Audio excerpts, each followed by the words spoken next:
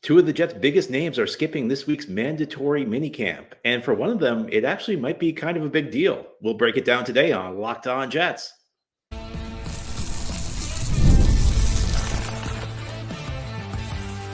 You are Locked On Jets, your daily New York Jets podcast. Part of the Locked On Podcast Network, your team every day.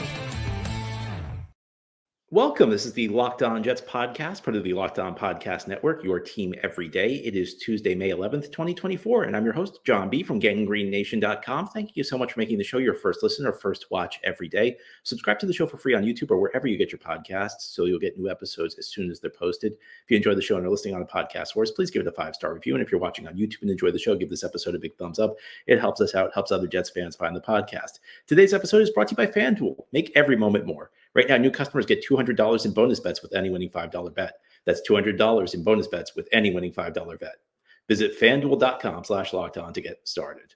Well, this week, the Jets have their mandatory minicamp during the offseason, and there are two big names who will not be there, Hassan Reddick and Aaron Rodgers, and we're going to discuss their absences on today's episode. Now, if you're not familiar with the offseason program, the NFL and the owners and the players have negotiated the rules of the league, which is known as the collective bargaining agreement. And within the collective bargaining agreement, it stipulates that teams are allowed to conduct a handful of off-season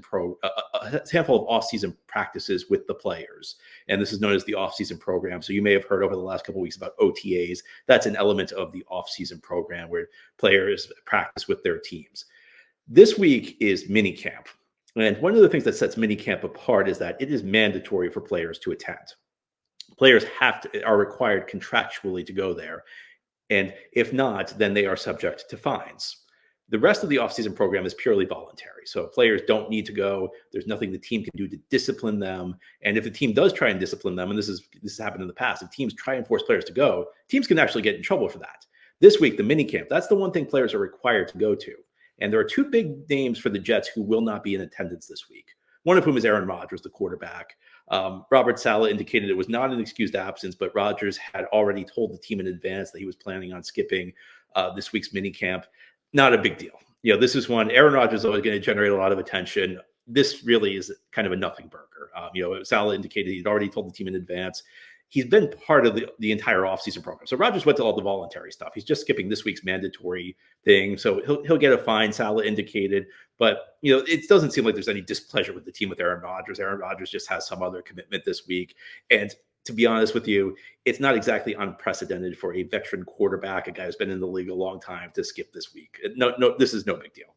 The one that's raising eyebrows a little bit is Hassan Reddick. Hassan Reddick is becoming more vocal in the media, maybe not directly, but through reporters. He's indicating that he wants a new contract, and the Jets have been unwilling to budge so far. So Hassan Reddick is skipping this week's minicamp.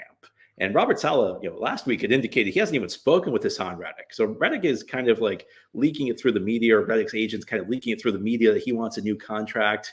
And he hasn't even spoken with the head coach yet. Now, Saleh did indicate on today, that he has spoken with Reddick since that statement last week. But Reddick seems kind of unhappy. So what does this mean for the Jets? Well, number one, this is the big picture thing. This is the most important takeaway you should have. The odds are overwhelmingly in favor of Hassan Reddick playing for the New York Jets this season. It's just logical.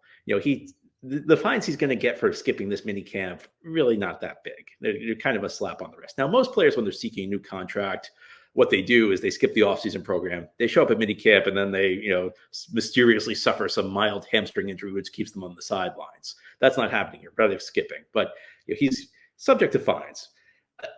I don't know whether he's technically a holdout right now, because I've heard some people refer to him as a holdout because he's skipping something mandatory. Whether he is or not, I guess that's a subjective matter. It's really a matter of your own opinion. If he starts skipping training camp, then he'll officially become a holdout. And he's also subject to more fines. So the fines go up once you start skipping training camp. So I think the odds are overwhelmingly in the favor of Reddick being there for the start of training camp, just because it's one thing to skip the mini camp. It's another thing. It's more expensive to skip the training camp. But even if Reddick, holds out of training camp, once you get to the season, he's got a $14.5 million salary. And, do you want to leave over $14 million on the table? Because if you don't play in the NFL, you don't get paid. So I want to make it clear that before we get into any of the other details, and I think there are some things that, the Jets have done which are curious dealing with Hassan Reddick, and we'll get to them. And I don't want to act like there's nothing to see here, because whenever a player, especially a guy you just traded for, is unhappy with his contract and he's a prominent player, my view on this has been consistent through the years, over the last couple of years. This is my view with T. Higgins with the Bengals when he was frustrated. It was my view last year with Stephon Diggs with the Bills when he was frustrated. My view on these things, and some of these, I'm talking just in general when a player's unhappy. Some of these don't necessarily deal with contracts, although T. Higgins certainly does right now. My view is that it's not necessarily a huge deal. These guys have every incentive to go out and play. Reddick is in the final year of his contract. Look, if he wants to get paid and the Jets aren't going to give him a new deal, the best way to get a big contract is go out and play great this year. So he has every incentive to play. He also probably is not going to want to leave $14 million on the table. And Hassan Reddick, he's a very high-level player. He's been a very high-level player. As he turns 30 this year, will he produce at quite the same level? I don't know. But I think Jets fans should have every expectation of not only Reddick playing, but Reddick playing really well. And that is really the most important thing. So I want to alleviate your concerns on some level when it comes to this stuff, because it's very easy to get carried away. And I think this time of year especially, it's easy to get carried away. If this does carry on to training camp, it obviously will be a big story, but it won't dominate the news cycle the way this does. In the offseason, there's not really much going on. So a player expresses frustration over the contract. It's all we talk about. We get to training camp, and I'm not saying this will happen, but if Reddick's holding out in training camp, there'll be other stuff to talk about. Of course, Reddick, it will be a big story. There's no question about it. A player of this caliber, who's unhappy with his contract, it's going to be a story. It's going to be probably something of a distraction, maybe not a huge distraction. But once you get to training camp, you have position battles to talk about. You have the storyline of Rodgers returning. You have to talk about the rookies acclimating. You have to talk about who's breaking out. Right now, you don't really have any of that stuff. And I know it's weird because this is you are getting practices this week. So on some level, it's the same thing as training camp, because you're practicing at training camp, you're practicing this week. But the way the media covers these offseason things, you get very, very limited coverage. You don't really get a ton of coverage on what's going on. So that means like any sort of news that can help people produce content, especially in this day and age, it's going to get an inordinate amount of attention. So I think like the Reddick story, it matters. And I don't want to say it's nothing. I don't want to act like there's nothing to see here. But I think it's probably getting a little bit too much play because there's not really much else going on. And that's what happens this time of year. Once you get to May, June, the early part of July, there's not a lot going on in the NFL calendar. So anything, it can be a story. And again, this is a story, but it gets blown out of proportion. We're still a long way off from this being an enormous problem for the New York Jets. But I can't sit here and say nothing to see here. Because, again, going back to whenever there's strife in the locker room, again, the two examples that come to mind for me are T. Higgins wanting a new contract in Cincinnati, or, all the Stephon Diggs stuff last year with the Bills. It's not necessarily something that's going to guarantee that's going to destroy your season. In fact, it's very unlikely something like this would destroy your season, but it's a little bit of strife. It's a little bit of unhappiness. It's a little bit of turbulence in the locker room, where you could see if something goes wrong, you could see things kind of snowballing, and you'd like to eliminate those factors. And again, we have a long way to go. It's June 11th right now, so there's a long way. We're over a month away from the start of Jets training camp. There's a long way for this situation to go, and there's plenty of time for it to resolve itself. I don't want to act like you should be panicked, but at the same time, it's something worth keeping an eye on. It's one of those things where it's very easy to go overboard right now. It's also easy to completely dismiss that this is an issue. The truth, I think, lies somewhere in between, where it's way premature to panic, but it's not like you can just dismiss it and say that there's nothing to see here. I do have a couple questions, though, for the New York Jets, because as we continue here on this Tuesday edition of Locked On Jets, I'm going to ask some questions about how the Jets have handled this situation, because even though this isn't necessarily the end of the world, I don't understand how we got to this point. And I think that the Jets need to explain themselves and why they've handled this situation the way they have. And I'll go into more detail. If you're not sure what I'm talking about, I'll explain it as we continue here on this Tuesday edition of Locked On Jets. Today's episode of Locked On Jets is brought to you by FanDuel. Summertime means baseball, the NBA Finals, and more. And you can bet it all on FanDuel, because right now new customers get $200 in bonus bets with any winning $5 bet. That's $200 you can use to bet on everything from the Finals MVP to who's going to hit one out of the park. I know this spring was kind of disappointing in New York. I talked plenty about the Knicks and the Rangers making their playoff runs. Knicks unfortunately got really banged up and could not advance. Rangers ran into a really tough team with it, and the Florida Panthers are playing for the Stanley Cup right now. You may be disappointed in them, but baseball is in full swing. Yankees having a great season. Mets not so much, but on FanDuel you can win. Whether the Mets or Yankees win, you can win because again you get $200 on bonus bets with any winning $5 bet. Just visit FanDuel.com/lockedon and add a big win to your summer bucket list. Again, it's FanDuel.com/lockedon. FanDuel, America's #1 sportsbook.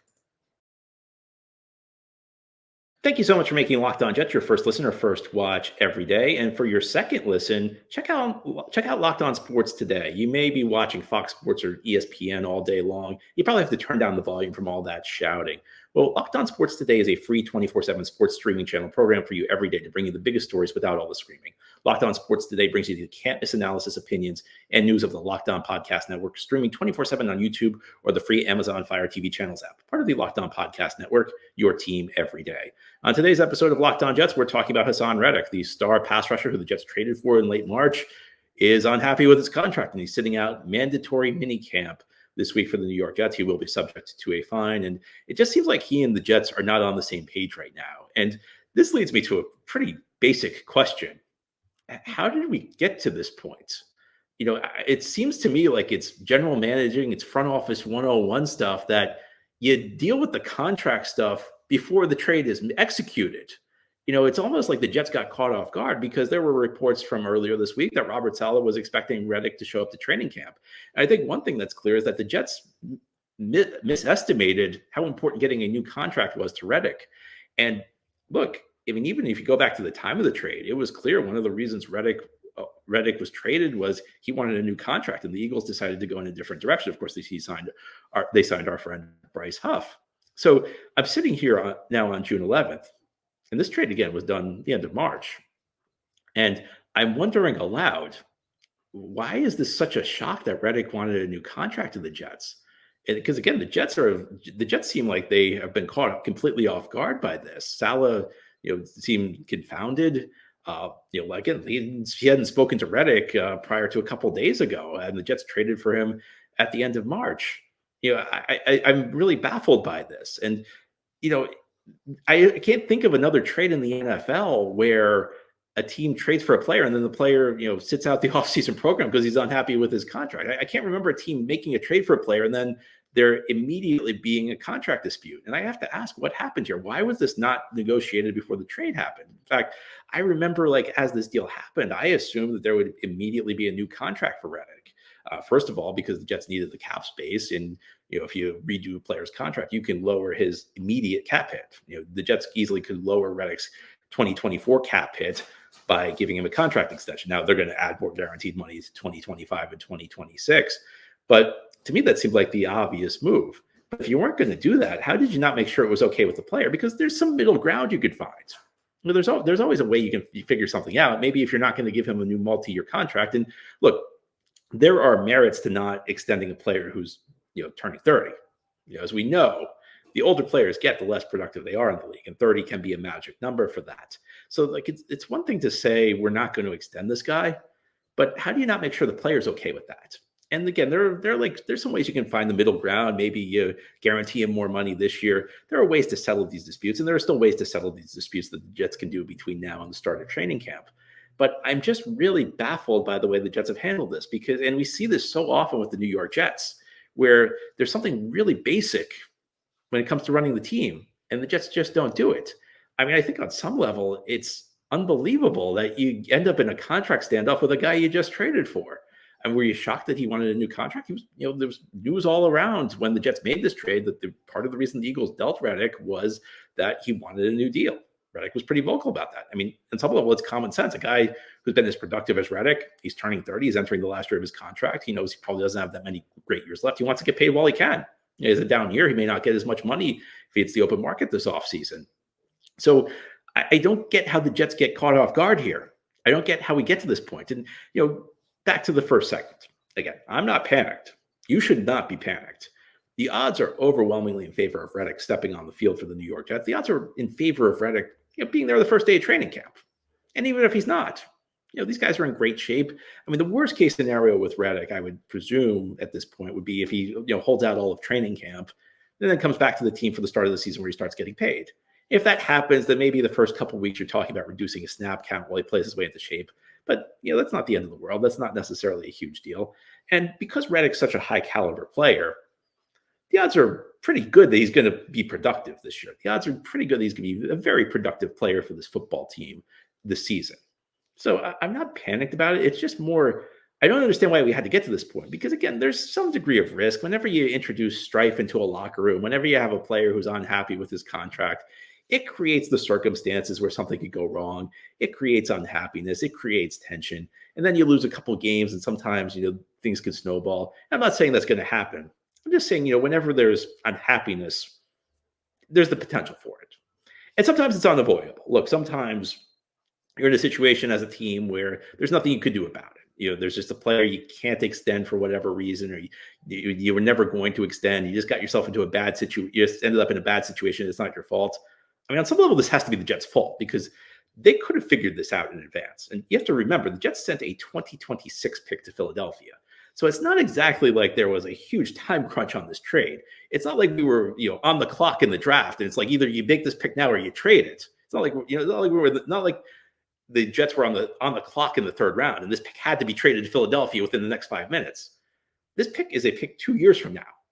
So why couldn't they just taken a few extra days, an extra week or two, and make sure Reddick was happy and make sure he's here? And this is the type of thing, when we talk about big picture, that's where I think this really bothers me. Small picture is like Hassan Reddick himself. Hassan Reddick is probably going to be fine. He's probably going to win the field. He's probably going to play well. Big picture, though, we're talking about, do we trust this front office? Do we think the guys in charge, do a good job? Do we think that they know what they're doing? And there's so many instances with the Jets through the years, and not all with this front office, some with this front office, some with the predecessors of the current GM and the front offices they ran, but some with this current GM, where they just don't do basic things. They don't do the most common sense things, like wait until you make sure you've got a solid contract before you make the trade. That seems pretty simple to me. It seems like something they should have done. It seems common sense. And the only rationale I could come up with is they just completely misinterpreted where Reddick was at. They just didn't realize how important a new contract was to Reddick, or how to get out of this current contract was to him. And for me, that's kind of baffling, because Reddick was making a lot of noise about it. But I mean, how do you not at least check in with him? How do you not at least say, we're good with this contract? I think the Jets, look, I don't want to overstate how big of a deal it is, because at the end of the day, tangibly, this specific thing is probably not going to have that big of an impact on the Jets. We talk about how the Jets run their team. It's just another drop in the bucket that makes me wonder, why they can't do basic things. And that's the type of thing that really makes me question, whether this is the correct regime in place. Now, head here on the Locked On Jets podcast, we'll turn our attention to some positive news. Robert Saleh provided some injury updates on some Jets who are coming back from key injuries, and the news is mostly good. And these are all key players who are coming off season-ending 2023 injuries. They sound like they're going to be locked in for week 1 against the San Francisco 49ers. We'll talk about who they are as we continue here on this Tuesday edition of Locked On Jets.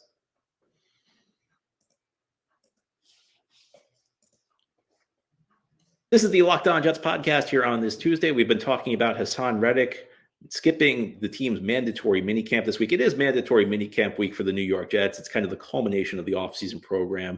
The players and owners have negotiated rules that allow the teams to conduct a handful of offseason practices. The practice this week is the one that players are required to go to, or they get fined. But at the end of the day, nobody really cares about the results of these practices. I mean, are you going to be holding on, waiting to see who did well at these minicamp practices? Probably not. The big news that comes out of these tend to be things like Hassan Reddick, where players aren't happy with his contract and skipping, or updates the head coach may provide. And sometimes the head coach provides us with useful information. And Robert Saleh provided some injury updates on Tuesday, and they're all good news for players who are returning from injuries that ended their 2023 seasons. Robert Saleh indicated Morgan Moses and Elijah Vera Tucker should be ready for training camp. Of course, AVT coming off the Achilles injury. Morgan Moses, if you're not familiar, he had surgery on a torn pec. I think that happened. I think that happened before the Jets traded for him. He dealt with a few bumps and bruises a year ago. So it sounds like the Jets starting right side of their offensive line should be ready for the start of training camp. And certainly that's a good news for the Jets. I mean, the question for me is less, will these guys be ready for the start of training camp, and more, can the Jets get through a season where they don't suffer a million offensive line injuries? Because when we're talking about things that sunk the 2023 season for the Jets, obviously Rodgers injury, top of the list. Obviously Nathaniel Hackett being lousy as an offensive coordinator, top of the list. Obviously Zach Wilson struggles, top of the list.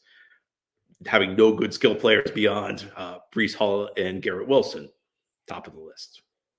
Alan Lazard, part of the last group, that's at the top of the list. But also at the top of the list is the offensive line, and not just the offensive line. They suffered so many injuries. Guys could not stay healthy. And even though Moses is coming off an injury himself, and even though he actually missed a couple of games last year, for me, one of the reasons the addition of Moses was such a key move for the Jets is he's shown great durability through his career. And especially when you get a guy like Tyron Smith, where there's high upside, but there's also high injury risk, it's good to have a steady guy on the right side of that line. And of course, AVT is a guy who's been good when he's been on the field the last 2 years. Issue with him is he suffered back-to-back season-ending injuries and when the Jets have played in Denver. And I know you could make jokes, maybe the Jets should just hold him out of the Denver games. And, maybe you'd be right about that. But, it's good to hear that these guys will be back for the start of training camp. At the end of the day, all that matters is that they're ready for week one. If they're not there, even if they're not there day one of training camp, they're not there week one of training camp. Training camp goes on for a long time in the NFL. The key is just getting them ready for the start of the season.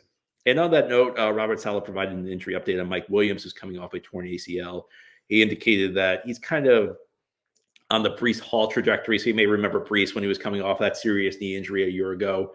Was not ready. He was not ready there day one of training camp, but he was ready for week one. And first carry of the season, he ripped off a 28-yard gain. So we should hope we all recover from injuries as well as Breece Hall. And Williams is obviously a critical player. When you talk about the most important players for the Jets on offense, if we take the quarterback out of the mix, Williams is up there. I think there are some other guys who have an argument to be made that they're the most important player. But, we're talking about guys who are key. Williams is up there because he's the guy who can take pressure off Garrett Wilson.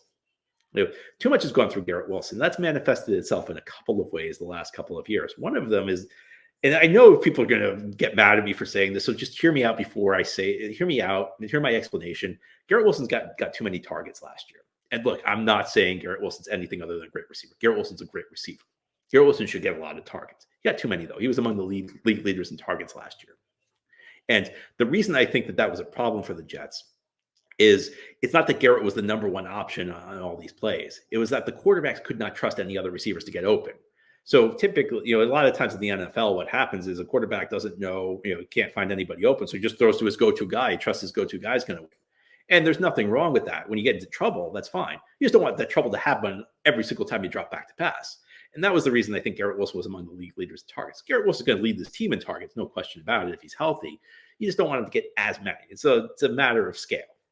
It's a matter of quantity. We still want him to lead the team in targets, but there were a lot of really low percentage targets heading his way because it was just a situation where the quarterback didn't know what to do, so he just threw the ball to Garrett. And I know part of that was the caliber of quarterbacks, of course, but part of it was the caliber of receivers where nobody else could get open. And in Mike Williams, you have a guy who hopefully will take some of the heat off Garrett, somebody who can take some of those targets, make them higher caliber targets because he's going to be able to either get open or he's going to be a guy you trust can win in a contested catch situation, even if he hasn't created a lot of natural separation. Mike Williams' receiver play is kind of like human separation because you can just throw the ball up and let him win the ball in the air. So having Mike Williams back for week one, again, that's a key thing for the Jets. And of course, the number one injury that we're all watching the recovery from is Aaron Rodgers. And by all accounts, Aaron Rodgers won't be there this week, but by all accounts, Aaron Rodgers is on a very good trajectory and should be back. It's going to be one of the stories of the season for the Jets. It always is for every NFL team. With every team in this league, you want to avoid a lot of injuries. You want to have good injury luck because injuries can destroy a season. Your ability to stay healthy or get injured can make or break your season. With the Jets, with so many older players, with so many players with injury histories, it's going to be even more pronounced for this team this year. And that's something we'll discuss as we get deeper into the season. But for now, all we can talk about is recoveries. We can talk about rehab. And it seems like all is well, at least for a lot of the key players on the Jets on the offensive side of the ball as they recover from their season-ending 2023 injuries. Anyway, that's all for today's episode. This has been the Locked On Jets podcast, part of the Locked On Podcast Network. Your team every day is our motto. As always, if you enjoyed the show, hit the subscribe button where you're watching or listening so that you'll never miss an episode. If you enjoy the show and are listening on a podcast source, give it a 5-star review. And if you're watching on YouTube and enjoy the show, give this episode a big thumbs up. Helps us out, helps other Jets fans find the podcast. Enjoy your Tuesday, everybody. Send your mailbag questions. Next time we'll do our weekly mailbag.